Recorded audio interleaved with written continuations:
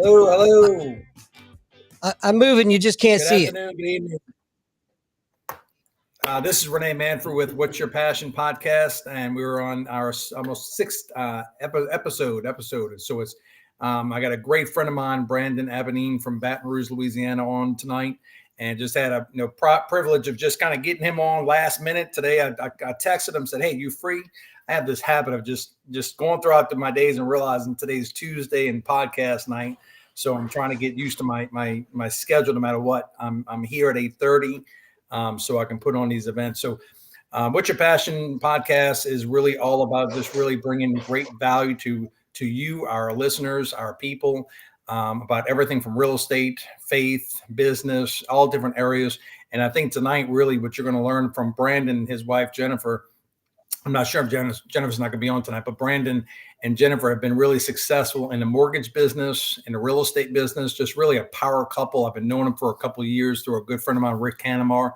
And it's really been just really, I love surrounding myself by great people. And I watched Brandon through the last few years. He started his podcast. I was on his podcast a couple of months ago, and just really getting him on board so we can kind of start kind of just talking about different things that's going on in your life. So Brandon, buddy, I appreciate you being on tonight, and I'm looking forward to just hearing some good things that's going on with you and Jennifer, what y'all are doing with y'all's business and everything. It's just exciting. So thank you for being online with us.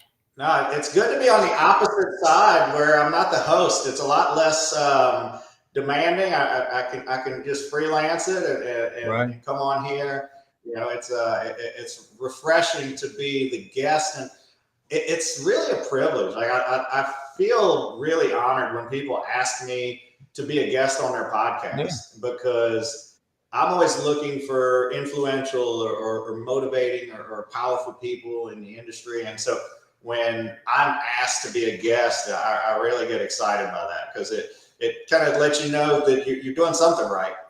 No, I did. I mean, you and I have been friends for some years now, and I mean, you and Jennifer really are one of those couples out there that y'all are doing things. You have a great family. Y'all are just kind of that model, and you and I have talked about different things, and I think you're in your 40s right now, correct? Yeah, I just turned 44 a couple of weeks ago, so I'm nearing that mid 40s. I don't like to admit it. I still go and injure myself, occasionally in jujitsu and at the gym, and I don't want to admit that I'm in my 40s just yet, but it's there. Yeah, you said. But I love I'm 10 years. I have almost 10 years on you. My brain, everything feels like I'm still young. So it doesn't change. It really doesn't change. The body starts aching a little bit, but I'm just kind of like right now, I'm going through a little bit of just trying to get back in my training, dieting. Cause I'm looking, hey, I might just be a 58-year-old bodybuilder. You know what I'm saying? I can do it. Let's do one last show. You, me, and Rick. We'll do the three amigos. We'll get on stage. We'll dust off the trunks one last time. The legends. I told my wife, it's funny though. I love bodybuilding. I love the sport, and it taught me a lot that actually translated well over to business because just like any high-level athlete, when I'm looking for people to hire in my sales organization, I love former athletes, people that competed at a high level, state champions in high school, or they went and played college ball somewhere. They have some kind of history of being in a competitive atmosphere and competing and practicing day in and day out, and that repetition. And bodybuilding was one of, it gets people love to talk trash about it because of steroids, but take steroids in or out, these guys, with or without the steroids, they're the hardest working people in the kitchen, in the gym, the discipline, the number of hours of sleep, the number of grams of protein, every meal is measured. So the discipline, regardless of whether you're taking supplements or not, the daily discipline is something that anyone who's done it, you can't discredit it. And it does teach you everything you need to be successful in a sales job, in another industry. Same thing with an athlete that practices every day. My son was a quarterback in high school, and he got a college scholarship. Learning the playbook, running the same plays 100 times to execute it with perfection on Friday night when you're on the field. And they went on to win a state title in high school. And of course, at 18 years old, he comes in and he's beating my 30 and 40-year-old salesman his first 6 months on the job, because he had that super competitive drive. Correct. And he said it, I'm going to beat all your salespeople. Mm-hmm. And that came from that athlete in him, that drive to win at everything, to compete at everything. And that's why I love bodybuilding. I love fitness, nutrition, because as we're in our 40s and, like you said, 50s, the daily discipline of eating and prepping all my meals, taking my vitamins, exercising every morning, that all helps me be more productive. It helps me get more done. My energy levels are better. Right. When I don't eat right, when I don't take my my daily nutritional supplements, and I don't exercise, it affects everything from my energy, my mood, my sex drive, everything. It will improve your relationship with your spouse, because your mood is better, your sex drive is better, you look better, you feel better, your confidence level is there. So it really is kind of a full thing that I think everyone should be eating well, working out, and we instill it in our kids. My wife, she's never competed. She never has any desire to compete, but people are always asking, was she a fitness? I thought she did compete for it. I thought she did want to compete. No, never. She looks like it. And that's the thing. Like she's in better shape than me. Even when I was competing, she looks better than I could ever look. But that was the thing. All the nutrition coaches, they wanted her because she could have been their next poster girl. And she's like, I don't want to compete. I just like to eat right, work out, and exercise. And she's got some good genetics too, which never hurts. Right.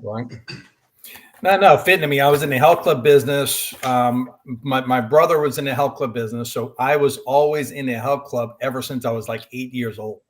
So I was training people at 8 years old. And I didn't know my brother just told me, the weekends I would, people come in the door. I'd say, hey, I'm Rene. I'm Kevin's brother. I'm going to walk you around and he'll meet up with you after. Right. And then through those years of always being in the health club, it's just that confidence. It makes you feel good. It makes you more, it's just that self-esteem, right? And I'm finding that in today's world, a lot of these young kids, they don't have that self-esteem because they didn't go through that phase of working out and their pants are hanging off their freaking butts and all this. I mean, it's just crazy, but they've never went through that discipline of being around other people like ourselves, right? Absolutely. No, you bring up a good point. Like today's kids, they're glued to the social media. They're never leaving the house. They're always on the computer. They're not outside. They're not in the gym. They're not socially active. Even as much as they're on social media, they're not really socially adjusted. And then they lack that confidence, that working out, that exercising gives it. And I'm big on compliments. Like I saw a kid the other day at the gym, a 15-year-old kid, and he was leaving his weights everywhere. Right. And I could have been a jerk to him, but instead I was like, hey man, I see you're working out. How old are you? He's 15. I said, yeah, I noticed you in here, man. You're looking good. You're putting on some muscle, I've noticed, man. Keep it up. I said, look, but all these older ladies in here, you see them over there on the treadmill and stuff? He goes, yeah. I said, man, they're not as strong as you. They can't lift all those big, heavy 45-pound plates. I said, you can't leave your plates out for their sake, and just make sure you put your stuff up. So instead of like fussing at them, like the gym I went to, it was a hardcore power lifter gym. Like if you left your weights on there, Todd Ernest and a couple of these other 250, 300 pound guys were going to scream at you across the gym to rack your damn weights. But so I learned from fear, like you didn't leave your weights out. But I build the kid up, give him a little compliment, a little boost of his ego, because he's in there and I see him, he's this tank top and he's flexing a little bit and stuff. And so that's good. Like, you start seeing that progress, and that's where a lot, like Tony Robbins says, happiness is from progress, from moving forward towards your goals and seeing improvements. And anyone who's been on a diet for any period of time, ladies, their clothes start fitting better. The waist on their pants is getting looser. You go from a size 8 to a size 6. that's a big deal. It's exciting. You get a boost of confidence. You get that little endorphin high, Right. and so that progress is paramount. And I'm a big believer that all kids should be exercising. I'm actually going, my son he always tells me not to contact the principal in the office, but the one thing he did give me the green light to go to the school and the school board. I found out this year, I didn't know this, that last year, like, he doesn't have PE every day. They have PE twice a week. Yeah, So no, yeah, that's changed. Yeah, I've heard that's changed. Yes, that's ridiculous. Right. I was pissed. And here we are. We got childhood obesity and all these issues with kids and depression. Right. One of the quickest ways to cure obesity and depression is activity. And so these kids they don't need to be sitting in a chair 8 hours a day. You and I don't need to be sitting in a chair 8 hours a day at 40, much less at 8, 10, 12 years old. And he goes, Dad, I would like for you to go push him about PE every day. Because I thought that was absurd that we got rid of PE as a regular weekly, daily subject. And, we're going the wrong direction with a lot of things in this country. And so I think kids, men, especially young boys, I think should be in some kind of martial arts and a team sport.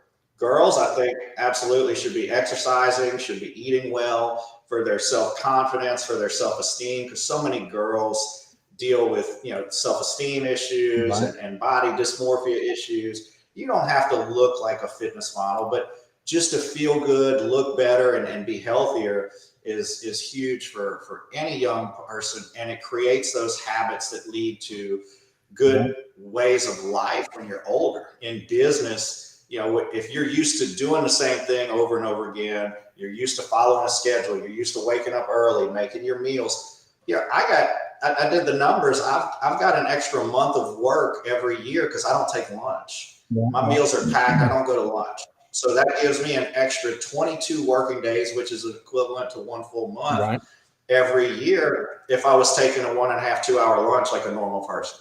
So, just those little things gives me an advantage over other people that take lunch every day and go on lunch break. No, it's just like you're saying, but it's just everything is, if people really look at their time on a daily basis, how much time they waste, and not only conversations, but wasting time on things that really are non-productive.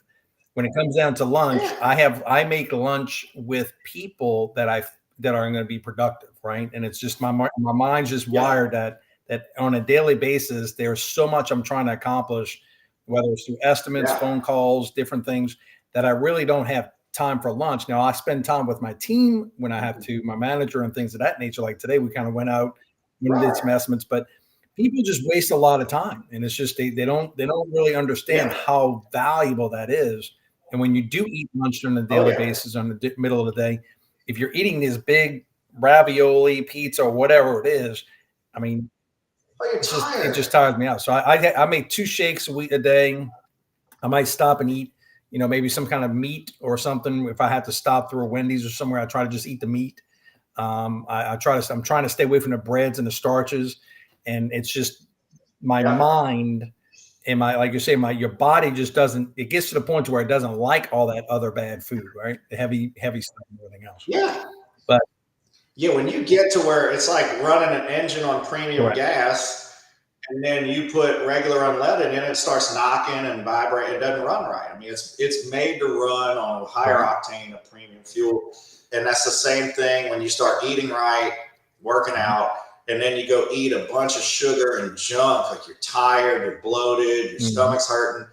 And it's because all of a sudden you shocked your system with a whole bunch of trash or processed stuff, and it slows you down. So and anything that's going to slow me down, I don't have time for. No, you're fast paced just like myself. And I think so. Let's talk about, I know right now your mortgage business is growing. I know you have some different people based in different parts of the states. I know your real estate business is going. Y'all's recent conversation that I watched you and Jennifer talking about with residual income and passive income, which is that's my favorite subject, because that's all I'm obsessed with. Is because you and I come from sales backgrounds, I learned a long time ago that I'm only as good as my next sale, right? And you and I think we had this conversation earlier today at the end of the month, and I started teaching this years ago, and I started doing real estate and teaching real estate agents that they didn't really have real estate income rental properties. And that's where I started teaching. I was like, y'all have to have your own real estate income or business income or something. And that's what I want to help them do because nobody's teaching them. So let's talk about that residual income, passive income, retirement, the things that we really need to do. What's some of the things going on with you guys? So I was taught, I lacked mentors in my earlier years. I worked in a subprime, kind of a sweatshop sales center, make the deal, max it out. But when I tell you, I learned everything the hard way and the wrong way in my youth and in my early years because I didn't have the mentors, poor growing up. My father was gone a lot of my life, and we rekindled things later in my 20s. So I didn't have the mentors. I didn't have financial mentors. When I got in sales, one of the first things that they taught us, and I preached this too when I was a 20-something-year-old manager, go buy the fancy car, go buy this, go buy that, because I wanted you to spend a shitload of money. So you got to sell a lot more stuff next month to pay for all the shit you bought. Wow. And so that was kind of the way we were taught back then. It was, get the fancy car and you'll figure out a way to pay for it. Get this and you'll figure. And believe me, I did that for way too long. I've got a lot of fancy cars and I've got a lot of flashy things, and so I made that mistake because, again, I grew up a misguided youth, idolizing rap music and the flashy things. And so what do you do when you start making six figures and you grew up in an apartment in a bad area of town? Right. Oh, of course, I got a condo on the river. I got a boat. I got a motorcycle. I got a car on the rims. I got, all the things that I wanted that I saw. And that was the cool thing for many years. And now here I am in my 40s and I've made millions of dollars and I've had, like Rick says, I've lived 17 lifetimes. I've had a lot of fun. And I've accumulated a lot of things, but I didn't accumulate really any passive income. I had one rental property that we sold for profit last year. And ultimately, all of my income was being the top sales guy. So every month, I had a company, 30 employees. We were doing great, about 4 million, 5 million a year in sales. And so we're making good money, but every month on the first of the month, I start over at zero. Every month it's a grind. Let me ask you. I'm on the hamster wheel. Let me ask you that. So, okay, so you were doing about 4 million. So out of that 4 million, how much did you, because a lot of people don't really understand that when you're doing production to the income, how much was that you were able to net and kind of keep? Was it around the 500 million? My best year, my wife and I combined, our net take home was I finally made $1 million in a year. Wow. That was our best year. Was 2020 and 2021. Our take home was right around $1 million. But then 2022 comes around and slaps you in the face when you own a mortgage company and you're doing 50, 80 refinances a month, and now refinances are gone, and you got to go back to chasing realtor business and doing purchase loans and remarketing, which you had kind of got away from for the last 4 or 5 years. And so, the things that we didn't do, even though I told my sales team, don't stop working with your partners, your realtors, your referral base. Again, they took the easy, low-hanging fruit. When rates doubled overnight, they had to go back out into the industry, and a lot of them left the industry entirely. Because it got hard. It got back to what it used to be, where we got to really work, we got to really hustle and sell.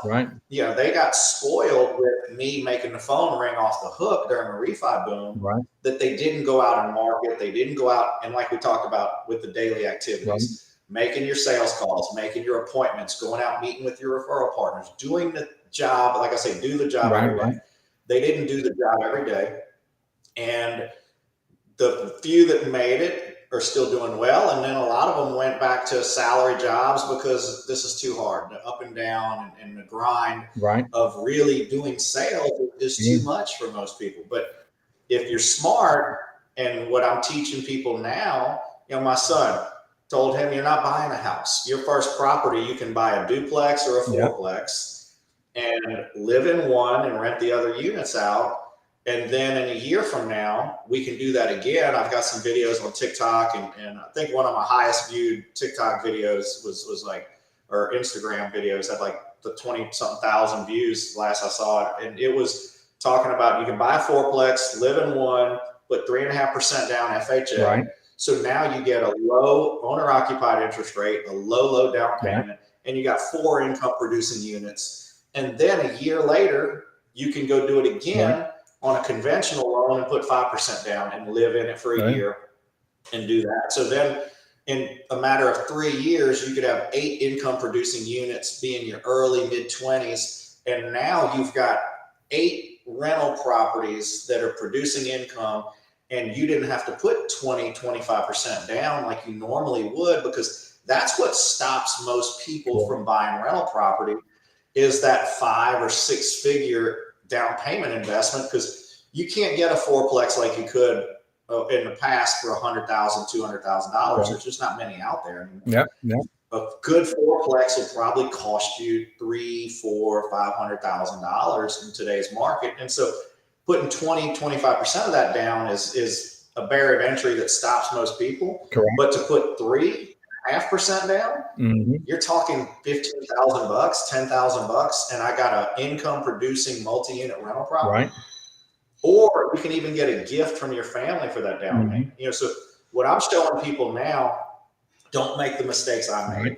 Don't go buy the condo on the water. Don't go buy the motorcycle and the fancy car first. Let's buy the duplex first, or the fourplex, or a triplex even.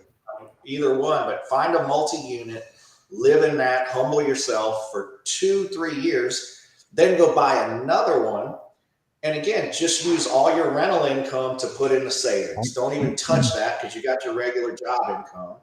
And now all of a sudden you've got these 3 extra units. And when you move out, now you got 4 units here, you buy another one, you got 4 units here, you rent 3, and you're living still for free.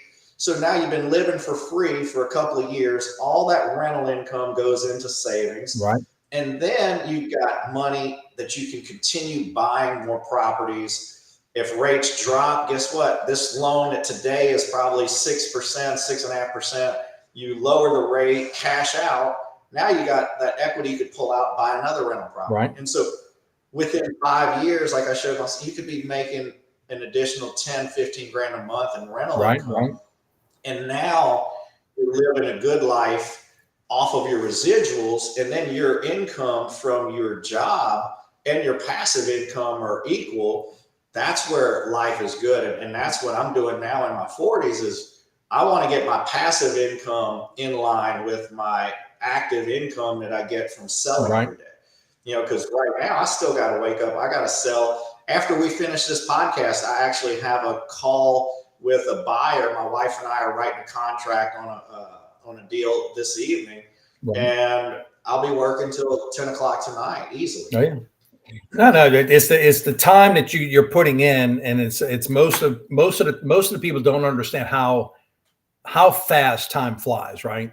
And I'm where you are right now. I've done real estate. I had a bunch of rental property back in early 2000s, and when I think back on it, making 300, 500 a month, sometimes over and above, and I thought I was a millionaire. Well, I was a millionaire on paper, right? And when Hurricane Katrina hit, that's when I had 30 something properties went underwater in one night. And that's where it hit me back in 2005. That's ever since then, everything I'm trying to do is building residual income, passive income. And one minute everything's going fantastic. I started my Allstate insurance agency. Bang, I was number 1 in the state, 100,000 premium, and everything was going good. But the industries, everything changes. And that's why I tell everyone, you have to focus on diversity. You have to have different types of residual income. And you sometimes have to start focusing on different states. Like right now, Louisiana for me is it's not very attractive to me right now. Now I'm here and I'm still building my lawn care business here, but I'm looking at some other businesses in Mississippi, Alabama, Florida, Tennessee, and Oklahoma, because they're different taxes, insurances, and things of that nature, and some advantages. And you and I talked about it when you said multiple states. Oh yeah, yeah. I'm huge on that because I've been there too. Like I've been highs and lows. The subprime collapse, I had to start over. 2012, the company I was working for, the owner stole all the money out of the company and shut it down. And so 2009, start over. 2012, start over. And then we're rolling. I started Intelligent Mortgage in 2014. Everything's rolling. 2016, all my business was local. Baton Rouge, Denham Springs, Zachary, Ascension. Is that when the all flood? Local, all local business. Is that when that flood happened? The freaking great flood of 2016. Every house in our industry, in our market, just about flooded, was destroyed. And so overnight, I've got no sales. I've got no deals. And I thought I found my way out because I was like, well, shoot, we're going to do a ton of refinances and remodeling loans. I thought we were going to be good because now I'm just going to do a whole ton of refinances, and everyone's going to have to remodel their house. But I didn't anticipate SBA is going to come in and give 1% SBA loans. And so everyone who needed to remodel their house got an SBA loan at 1%, 1.5%. They didn't refinance like they did in the past to take their equity out. So I couldn't contend with that. And we went 9 months. And that's why one thing one of my early bosses taught me was you always need to have at least 12 months of savings to live on if shit hits the fan. I mean, look, we were doing everything right. Our businesses were going well. Your rental properties were doing great. And a freaking apocalyptic flood and an apocalyptic hurricane wiped everything out. And it's because you were centralized in one area, New Orleans. I was all here. So now I'm licensed in Florida, Texas, Oklahoma, Virginia, Mississippi, Alabama, the whole Gulf South. And we're going to be in all 50 states by next year because I don't ever want to be in one market because one big hurricane can wipe out one area.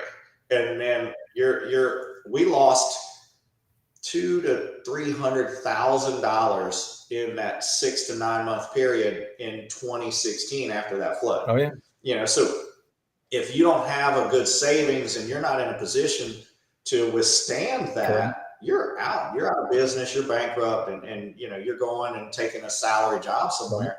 And so each time that I got knocked down, luckily I always had that advice that, Tracy Jones, one of my first bosses, was big on. You need to never have less than 6, but you always want to try to have 12 months or more savings in the bank that if anything goes wrong, you can still sustain. If you got to sell, you got to do whatever, at least you've got enough to live on for that time period. And most people right now don't even have 2 or 3 months savings. It's so expensive to live right now. So, that's another thing. Like I'm trying to teach people the things I learned later in my career. Have 12 months savings, buy a multi-unit first. Don't buy a house first. If you're young, in your 20s, even if you have kids, you can live in an apartment for a couple of years with your kids. And build wealth and build a financial background for them to where you've got all that residual income. And then you could leave those rental properties to your kids one day. That's a big thing for me is that. And then now my wife and I are looking at, she joined EXP Realty because of the recruiting and the residual income model there, where I was with people last week in Cabo at their big event.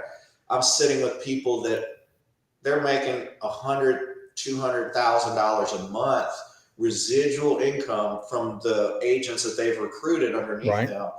And they're not even the highest earners at the company. These are some of the normal mid-level higher earners, but the top earners, they are making $1 million, $2 million a month. They're living on yachts in Puerto Rico, and they're truly living the dream with $2 million a month in passive income that's coming in.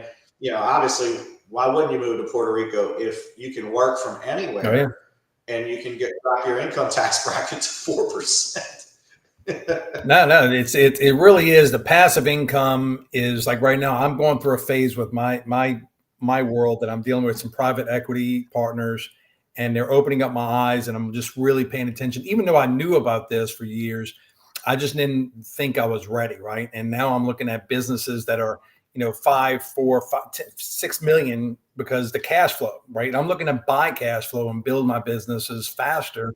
So it's sometimes everybody's person, they're what's the old saying, your network is your net worth, right? And sometimes if you're not putting yourself in those positions to learn and be surrounded by those individuals who are bigger thinkers, then it's hard for you to really imagine it right now. So for most people, they hear it, but they can't really believe enough in it in themselves to understand, hey, it does take time. These people didn't do it overnight. So you have to be disciplined. It took years. Focused. And you have to kind of keep on telling people and recruiting and training. And because I've done recruiting and training for both insurance and real estate agents. And it's really just majority of people don't believe enough in themselves to just stay consistent and stay focused, right?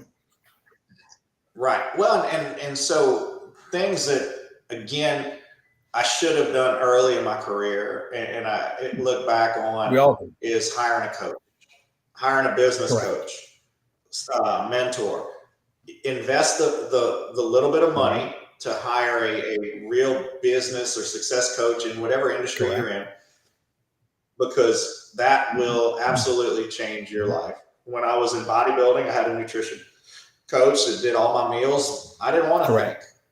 If it said eat 7 ounces of this, 6 ounces of this, and drink 2 protein shakes, I knew every meal. I weighed it on the scale. I didn't have to think. The coach said do this. I did exactly what it said, and I was always the leanest and the most fit guy on stage. I wasn't always the biggest. Genetics plays a part there, but I was always the leanest one on stage because I knew I could outwork everybody and I could be in the best conditioning. And the same thing with a business coach. Most of the time, we're lucky if people do 50% of what we tell them in coaching. So if you are disciplined enough to do 75, 80% of what your coach is telling you, you'll be a freaking millionaire. And you will be a top producer in whatever industry you're in. And you have unlimited potential. So I tell people all the time, man, you got to hire a coach and get out there and do what they're telling you to do. If they're telling you whatever industry you're in, this is what it takes. This is what it takes to be successful. If it takes 2 years, 3 years, 5 years, again, Steve Martin, my overnight success took 18 years. He was in clubs. Like you said, there were nights he performed to an empty room. And people see him on Saturday Night Live and everywhere else, and a huge movie star. But it wasn't until year 18 that he really blew up. And that's most of those guys. It doesn't happen right away. The people that I saw at the EXP conference, a lot of them been there 5 years, 10 years, some 3 and 6 years.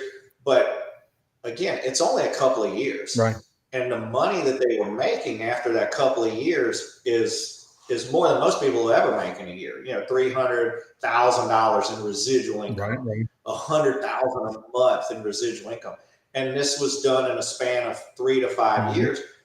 So also on the flip side, guess what? There's people that have been at EXP as real estate agents for 6 and 8 years that are still broke and selling one house here and there because they're just doing what it takes to get by. So there's nothing guaranteed anywhere you go. I look at the guy, I used to talk about, I don't care what you are, be the best at it and outwork everybody at it. That guy that had SDT, the bullhorns on the garbage cans there in New Orleans. Forget his name. It's blowing my, it's on my mind. But I used him as an example in some of my talks before of I don't care what you do, just be the best at it. Be the best garbage man, and you could be a millionaire. And what did he do? He started right after Katrina with garbage trucks, and he was the best. They kept their garbage cans, their dumpsters. They were spotless. They were clean. and he ran a route when everyone else had left the city. Sidney Torres. He kept everything meticulous. Huh? Sidney Torres. Sidney Torres. Yeah. That guy made millions. Started with one garbage truck in the quarter right after Katrina when things were, and then if you saw, his dumpsters were always spotless, black, shiny, had the big bull horns on it, his garbage cans, and then if you looked around, you saw them everywhere. And then I don't know how many millions he sold that company for, and then he had a non-compete for a couple of years, and then he reopened another one, and then he got all his clients back. I mean, the guy's made a fortune. He could have retired when he sold that company. And that started with one garbage truck. But again, he was the best garbage man in the state of Louisiana, and he's a friggin' multimillionaire. And obviously pretty smart. So we got about 15 or 12 so minutes. So what are some of the things that you feel like right now? So y'all are focused on passive income. You're looking at recruiting agents. You're looking at building you have different people in different states with your mortgage company. So what I heard, you have different leaders that you're putting in position in those locations. Yeah, I got great leaders in Florida and Oklahoma right now at our 2 offices there. That's really a key for me, is finding great leaders and empowering them to do what they do.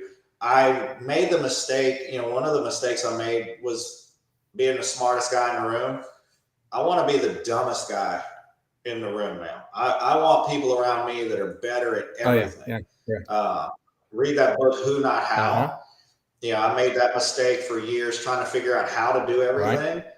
And instead, that book, I could summarize the book in one paragraph. I mean, it's literally, don't worry about, I don't need to know how to be a great technician, be great at technology. I don't need to be great at bookkeeping. I need to find the who that's great at those things and hire that person. Pay them well, keep them, because that's what you've got to find in business, is plug in the who that's really good. You only need to be really, really good at one thing, maybe 2, but really just be an expert in your one area, and then find the other who's that complement that and bring them into the organization. And my goal this year is 10 offices around the country, 50 loan officers, and those guys running each of those 10 offices, and things will just grow and explode from there. We'll hopefully be at 100 offices within 3 to 5 years.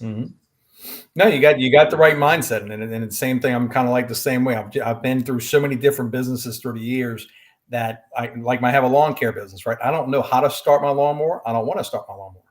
I never did, and I'm not planning on. I didn't do it for that reason. And the same thing with plumbing or HVAC. The different companies I'm looking at right now is that I'm just looking at parlaying on top of my company so I can expand into different services that are need-based services. And some people can't fathom that, because because they haven't put themselves in position to learn. And sometimes, like you're saying, I have a good CPA. I have some good individuals that I'm surrounding myself by. And I've learned, like you're saying, I'm good at certain things, but I'm not good at everything. So I'm just finding my way to the same thing, is putting people like you and other people in my life that we have these conversations, because things about mortgage business that I don't know. I was never a mortgage guy. So I don't want to do the mortgage. I don't want to do the paperwork. I don't want to do it. So I'm going to call you and say, listen, if I'm looking for a deal that's in Oklahoma right now, what do you have? What's the options I got to buy this property, right? So when you surround yourself by great leaders, it's so much easier to really build. I'll tell you a story. Back before Hurricane Katrina, I had about 13 properties. And this banker, I told him I had 4 properties that I was buying. And he told me I could not buy those properties. And I said, why? So, well, the regulations or whatever, this FHA, whatever BS. So I called another friend of mine, and it was Rob, and he was a broker. And he said, Rene, don't listen to him. We can buy all 4. We just have to put them with different lenders. So I bought all 4 properties in 1 month, in almost the same week, made $150,000 cash at the table because I bought them so cheap. 60 days later, my lender called me up all pissed, and Rene, I'm looking at your credit report. Where are these properties? I said, dude, don't ever tell me I can't do something. It's you couldn't do it. It doesn't mean I couldn't do it. It's just your bank thinking and everything else around, right? So exactly. And that's one thing, I'm like, and the people I was around last week, same thing. I come from a place of abundance where if I can't do it, I probably know the bank or the lender or who can do it. Correct. And I am always one to give a referral, to point someone in the right direction. Like I tell everybody, call me. I have people call me for auto loans. I have people call me for land loans. I'm not really the guy to buy a piece of land, but guess what? I got 3 banks that are great at it. Right. So you call me, and what type of land? Is it multi-acres? Is it just a lot in the neighborhood? Whatever it is, I'm going to put you with the best banker, knowing your credit, your situation, and I'm going to get you in the right place. And so I don't mind sharing and putting people where they need to be if it's a better deal. Every once in a while, it's rare, but there's that one in about 100 loan scenarios that, damn, they got an in-house deal at the bank. My friend's wife was a surgeon, and this bank in Texas was doing 100% doctor loan with no PMI, and the interest rate was like a full percent below what the current market rate was at that time.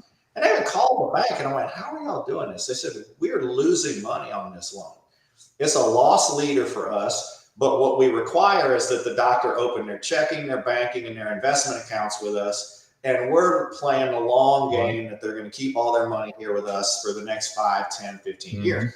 And so they're losing $10,000, $20,000 on that mortgage. And then taking the risk that, hey, she's a surgeon, she's going to make millions of dollars. They're going to keep all their money and their investments here. So yeah, like there's that 1 in 100 loans that we can't do like that. And I told my buddy, I said, dude, that's a deal. Take that. I'm not upset. The best I could do at the time was a 95% loan for $1 million and a 0.5% higher rate. I was like, no, I'm not gonna do that to you. Like, you need to take that deal. And guess what? I've done 2 deals with him since then, and he's bought rental property. And I always point my clients in the right direction. And like you said, because after that, you're kind of aggravated. You're like, damn, this dude, could have pointed me in the right direction, could have shown me there are other avenues out there. Because yeah, that's just that portfolio lender like Fannie Mae won't let you have more than 10 loans with Fannie Mae. I think that was my issue. Yeah, there's other boutique lenders that don't have those limits, and they're not Fannie Mae backed loans, that you can have 15 or 20 properties with them, and then you can have another, like you said, 10 or 15 here, because there's no rule against having 100 properties. It's just one bank doesn't want to be too leveraged, because like look, when Katrina hit, all of a sudden, they're leveraged. I'll share with you what's happening with me right now. So I have a gentleman who's connected with private equity and family money, right? So it's a whole nother world. So right now, a lot of the banks, and you might know this, a lot of the banks are having some struggles right now with some of the lending. So because they're kind of like over leveraged with some areas. So this gentleman has the ability where some individuals, even if they're showing a loss on their tax returns and things of that nature, because they're private equity, they're able to do those type of loans for businesses, right? So it's all about really having this network. So like this week, I have a meeting with my banker, my CPA, and this gentleman here, so we can maybe say, hey, if there's anything in your portfolios that people are either, 1, they're struggling, or 2, they're looking to sell their businesses, but they don't know how to really retire or whatever, or the exit. So I'm trying to really kind of moving into the business arena and finding these individuals to help support, just like yourself. I always look at it as we can put ourselves in position to where we're the resource. People will come to us, and sometimes you might not make some money on it, but they'll remember that, hey, you did your best to help that person. I can be the connector. Exactly. I can be the facilitator and put you in the right place. And that goes a long way. And like you mentioned, the banks they're tightening up a lot. Interest rates are rising. Funds are low. Their equity, their warehouse banking lines are being cut. And so I'm doing way more commercial lending than I've ever done. I used to not advertise. I used to not even promote commercial because in the past, a lot of times we weren't super competitive in that space. And now the paradigm's kind of shifted where we've got some better commercial lending outfits, some better channels to send our commercial deals. And the banks have gotten way more restricted, larger down payments, more investment and higher rates. And so they're not doing fixed rate terms. They're 2, 3, 5-year balloons. Right. And so all of a sudden I'm able to do a 30-year fixed for a commercial deal. I'm able to do 15, 20, 25-year fixed, things that the bank can't do. And now I'm seeing more commercial deals come through the door, and we don't advertise it. It's just because, again, over the years, I would always put them with the right person, or here, go here. And now all of a sudden we're starting to do more commercial deals, and it's becoming actually a piece of our business model where we're going to eventually have a commercial team, because we could really actually market that and have a full-time commercial specialist in the company. Yeah, so I'm going to talk to you about that. It's changed a lot the last couple of years. I'm going to talk to you about that, because that's pretty much my space right now. Is I love commercial. I understand it, and it's a space that I'm more excited about versus the residential side.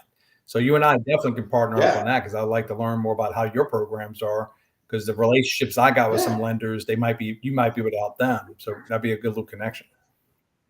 Yeah, I've got some great outlets, very niche stuff, off, kind of off the beaten path. And like you said, no income products for investors buying rental property. We don't even need income on rental property anymore. We just use the rent to offset the mortgage, and now we don't even have to show tax returns. So you can write off everything, show a loss. We don't need it for our investors. As long as you got the down payment, we're good. Is the down payment still like 20%, 15, 20%?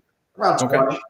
Yep, around 20% on that. And we're closing a ton of those deals right now, because most of your real estate investors, they've got so much depreciation and expenses that they don't want to show a ton of income. That's the beauty of, and that's the thing I didn't like. I used to say, I don't want to be a landlord for $500 a month. But what I was too naive and I hadn't been educated to, it wasn't just that you're cash flowing $300 or $500 a month. It's that I could depreciate that property $50,000, $100,000, and all of a sudden I could lower my tax liability and save myself $20,000, $30,000, $40,000 a year on my tax bill to the IRS. Right. Now I'm looking at things from a much broader perspective. When you start writing 6-figure checks to the IRS, then you realize, oh, that's why I need some rental properties. I need some losses. I need some write-offs, that aren't true losses, but I can take that accelerated depreciation. Just like I didn't realize why a lot of my rich friends, they get a new Escalade every 2 years. And I'm like, dude, you're losing your ass on those vehicles. No, they weren't. Right. They were depreciating the full cost of that Escalade over that 2-year period, which is dropping their income tax by 80, or freaking Escalade now is well over $100,000 for a nice one. So I'm taking $100,000 off my tax return. So that alone, if I'm in a 40% tax bracket, just saved me 40 grand. That note is $1,500 a month. That car literally paid for itself just in my tax savings. And so all of a sudden you start to learn how to play the game. And people hated on Trump. I don't care, love him or hate him. I'm not here to talk politics, but everyone was talking shit about his tax returns. Who gives a fuck? His tax returns, he owns billions in real estate. So if he pays no federal income tax, good for him. He knows how to play the game.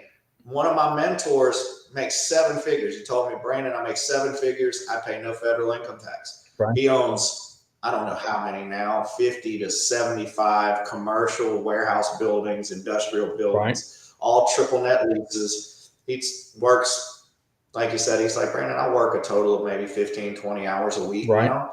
He's got it all leased out, and he's buying, 1031 exchanging, he's depreciating, and he's working it every year. Guy pays no federal income tax, makes 7 figures. That's the way to do it.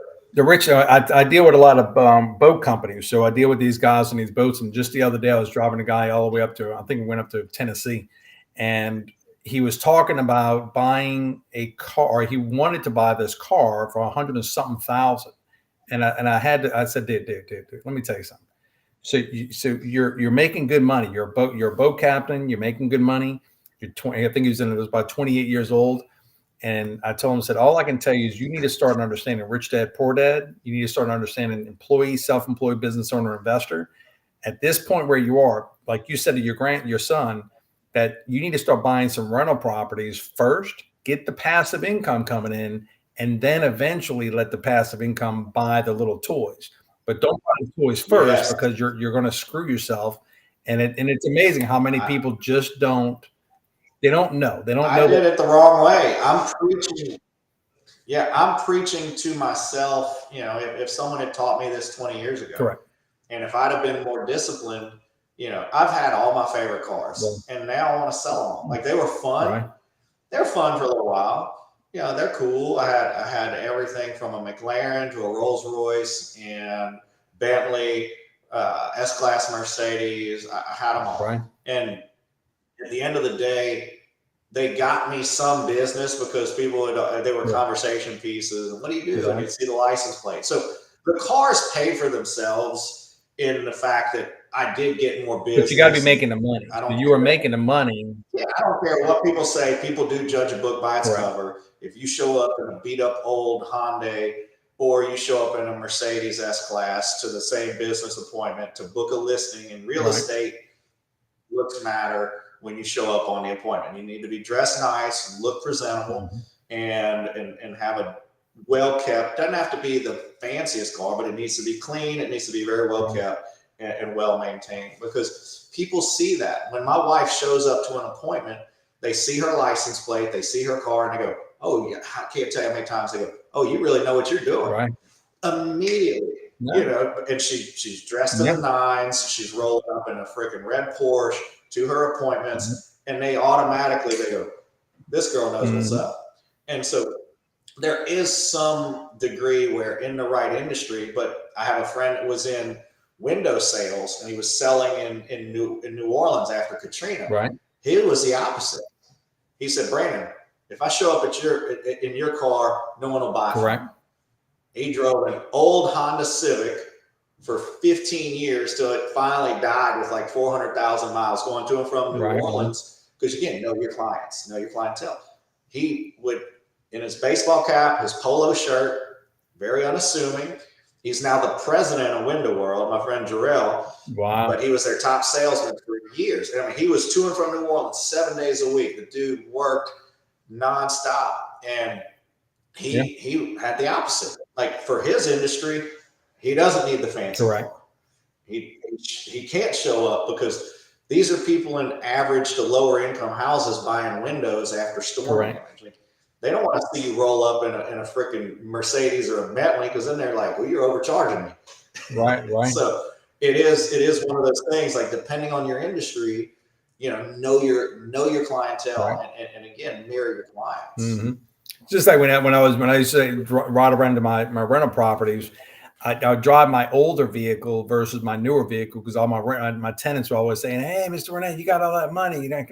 And it's just, you start realizing, I don't need to pay rent this month. You got a Mercedes, you're good. I'll just send you the rent when I get it. So yeah, you got to dress the part. You got to look at your vehicle. It's all these different things. So yeah, it's amazing how the world is right now on social media. That it's all about. Oh God! And then half these jokers on social media, they're in my freaking Rolls Royce has dents on the hood, on the roof, because it was in some rap videos and stuff before I got it. It was actually Nelly. I found out it was Nelly's Rolls Royce. Like half the time they're using someone else's car and they're renting up. My cars have been in so many rap videos and stuff. That's not their cars. And these Instagram influencers, half of them are full of shit. They're in a rented plane, in a rented car, on a rented yacht, like, and they're doing these videos. Buy from me, I'll teach you how to do all this. Like, it's funny to me sometimes when I watch some of these influencers and business coaches and stuff on there. And they really don't. You're starting to see, like right now, you're doing your podcast, I'm doing my podcast, right? And so my office right now it's really, I'm comfortable. I'm not looking to make my I'm not looking to, now I do want to upgrade over time and make my little studio, because I had that at one time. but I'm seeing more of the individuals kind of going natural, because they're starting to say that, the ones who are too fancy, it's hard for people to imagine and believe. So as coaches or trainers, like we're becoming, I want people to say, hey, this is real. This is real. This isn't, I'm not telling you what you got to do all this other stuff. Just do the consistency, focus, and be around the right people, and do the things that we're telling you to do. And you can get to where you're trying to go to, and don't think you have to have all this stuff to get there. No, I want to start same thing. Like I want to get into business and life coaching, and when I write out my program, like I want to incorporate the nutrition, the daily activities, my wife and kids. I mean, people always at, how's Asher? How are the kids? Like the state champions in football, national champions in jiu-jitsu, he's in wrestling now. And our daughter, did great in volleyball in high school. Like our kids, what is the secret? What do you do? How did you get everyone, because it does. I mean, it's like the model family and but it took a lot of work and it took a lot of, discipline and sacrifice. And, what are the things that you need to focus on in a relationship, in a marriage? What are the problems you've had? And so, I look at how can I coach people to have the fulfilled life, the happy family, the happy life, the health, and the wealth. Like my show, I call Financial Fitness, Health and Wealth. Like that's my passion. Those are the two things that I think you can never have enough money and you can never be too healthy. So if we can help with both, I can easily coach someone. Again, not everyone's going to be a millionaire, because not everyone wants to work that much and that hard. Not everyone's going to have six-pack chiseled abs, because not everyone wants that. But everyone can be healthy and make a good six-figure income. And that's what I can show people is how can you make a good living, be happy, have a balanced life, and have residual income, because I've learned how to do it. I've learned the hard way. And now after the last 5 years, like I really know the right way to do it, because I've learned from the best in the industry. And I also, like all the mistakes I made coming up, I can help you kind of shortcut and not make those same errors in your career. So we got to wrap up here, brother. I mean, it's been a great talk. So tell everybody when are you doing your podcast? On what night? So how can people get in touch with you? 99% of the time, we do it Facebook Live. It runs on Spotify. It runs on iTunes. It's called Financial Fitness. And I go live at 6 p.m. Central on Facebook. That's when I run my show every live. Night? And then every night? Every Monday. Monday. Every Monday. Okay. Monday at 6. So every Monday. Perfect. Okay. Yeah. All right, then good.